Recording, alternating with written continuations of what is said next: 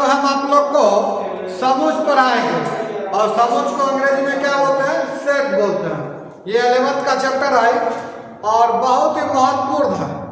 इसका 12th में बहुत सारा यूज है। पहले इसको 11th में सेट को अच्छे से समझेंगे तो उसका बहुत सारा यूज आगे आने वाले चैप्टर में होगा। तो देखिए क्या है, समुच अंग्रेजी में क्या बोलते हैं, सेट बोलते हैं।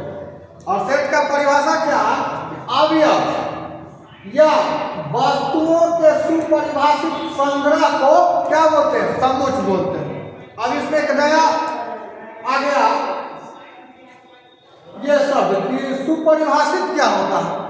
तो सुपरिभाषित होता है कि संग्रह व्यक्तियों के अनुसार न बदले, संग्रह व्यक्तियों के अनुसार न बदले। इसका मतलब है कि जो चीज हम बोलेंगे वही सभी आदमी बोले तो वो जो है आपको सुपरिभाषित हो जाए। जैसे अगर किसी से पूछेगा कि सूर्य किधर उगता है तो बोलेगा पूरब में उगता है।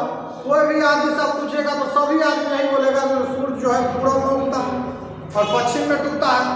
कोई भी एनीबॉडी किसी भी आदमी से पूछेगा तो सब यही जवाब देगा। तो उसी को बोलेंगे सुपरिभाषित, यानी अवयव वस्तुओं के सुपरिभाषित संग्रह को समुच कहते हैं। आप समझ गए होंगे कि सुपरिभाषित किसको बोलते हैं, यानी जो बात सभी जगह सब आदमी एक ही बात बोले उसी को बोलते हैं क्या, सुपरिभाषित। अब जैसे किसी से पूछेंगे कि 10 से कम विषम प्राकृतिक संख्या, 10 से कम विषम प्राकृतिक संख्या, तो क्या हो जाएगा विषम प्राकृतिक संख्या, 1 होगा, 3 होगा, 5 होगा, 7 होगा, 9 होगा। ठीक।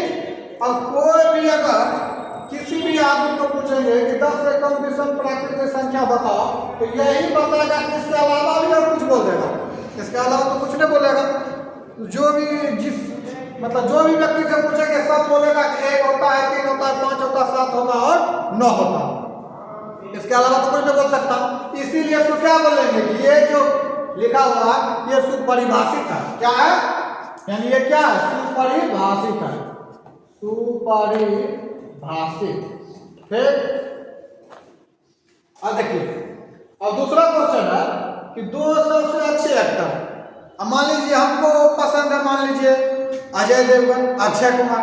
अब तीसरे व्यक्ति को, अगर दूसरे व्यक्ति को पूछेंगे तो उसको पसंद है रणबीर कपूर और कोई भी शाहरुख खान। तो अब तीसरे आदमी को पूछेंगे उसको और कोई पसंद है, मान लो धर्मेंद्र पसंद है, पुराने जमाने के आदमी को दिलीप कुमार पसंद है। तो यदि व्यक्तियों के अनुसार बदल रहा है ना तो ये सुपरिभाषित होगा नहीं, यानी व्यक्ति के अनुसार क्या है, मतलब थॉट बदल रहा है तो ये इसीलिए सुपरिभाषित नहीं होगा, यानी सुपरिभाषित होगा नहीं होगा।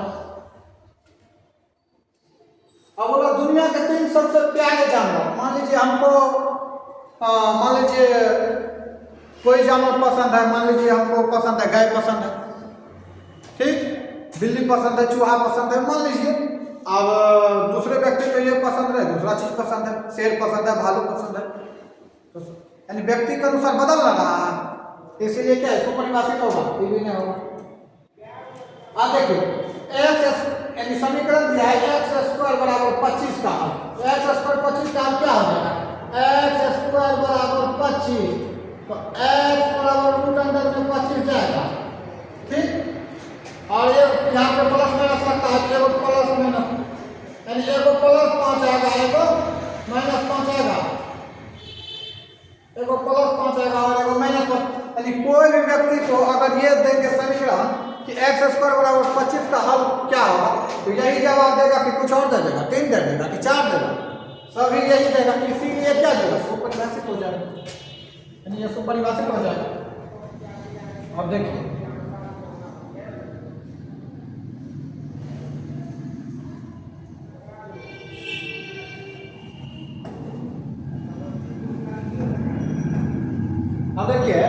समुच्चयों का क्या निरूपण है कि समुच्च को लिखते कैसे हैं।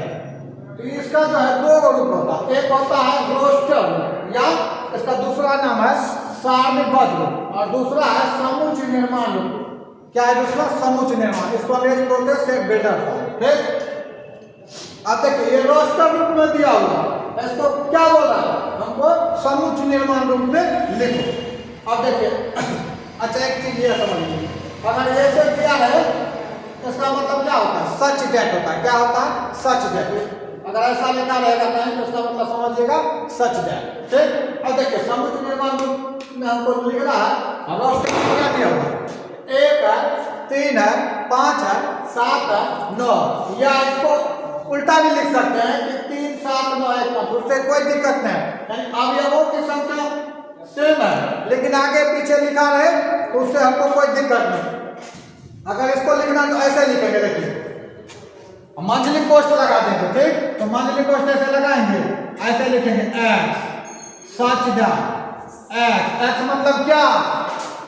यानी ये रोस्टर रूम में जो लिखा है इसको दिखा रहे हैं x सच दैट x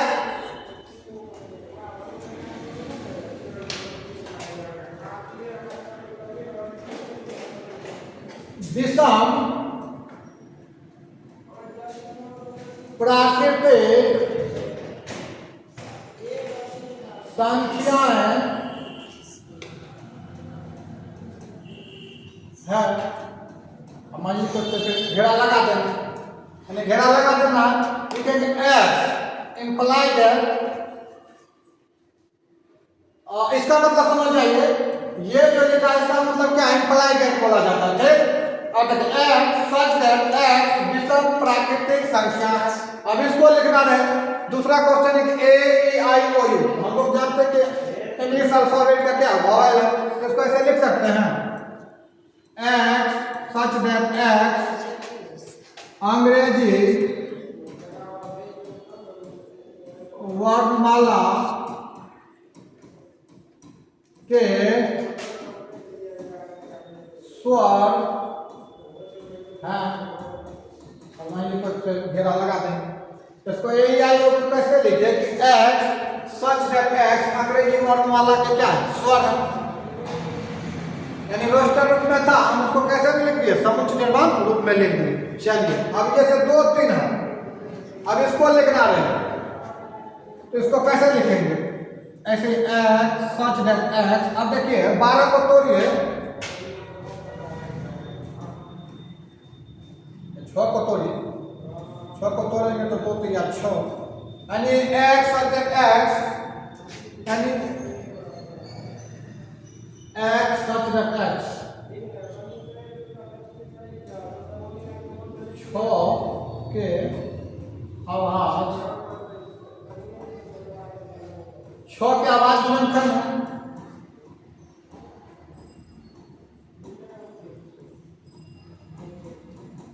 यानी 6 के आवाज गुणनखंड है। ठीक।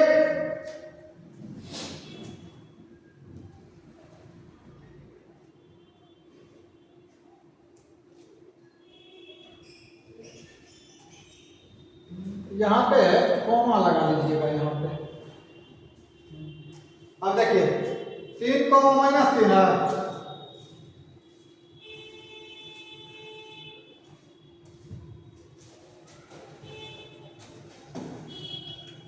अब देख 3 को -3, इसको कैसे लिखेंगे? x such that x square बराबर 9 हो जाएगा। अब देखिए इसको कैसे लिखे, इसको फिर से एक बार समझा देते हैं। कैसे लिखे? x such that x square बराबर 9। अब इसका जो हल करेंगे, या हल करके दिखा देते हैं कि x स्क्वायर बराबर 9, x बराबर √9, तो यहाँ प्लस माइनस है तो एगो 3 प्लस में एगो माइनस में 3 आएगा। यानी सेट बिल्डर फॉर्म में इसी तरह लिखेंगे। अब एक चीज देख लीजिए, इसका थोड़ा सा डिफरेंशियल सब देख लीजिए। समुच्चय के अवयवों को सूची बनाकर मंझले कोष्ठकों, यानी मंझला कोष्ठ है में कोमा लगाकर लिखते हैं। देखिए कोमा लगाकर लिख रहे हैं, मंझला कोष्ठ में है। ठीक। लगाकर लिखा जाता है। अवयवों की सूची में किसी भी अवयव की पुनरावृत्ति नहीं करते हैं। अब देखिए 3 है तो -3 है, 2 है तो 3, यानी पुनरावृत्ति हो रहा है। यानी एक जो संख्या आ जाएगा दूसरा बार नहीं आ सकता, यानी दोहरा नहीं सकता।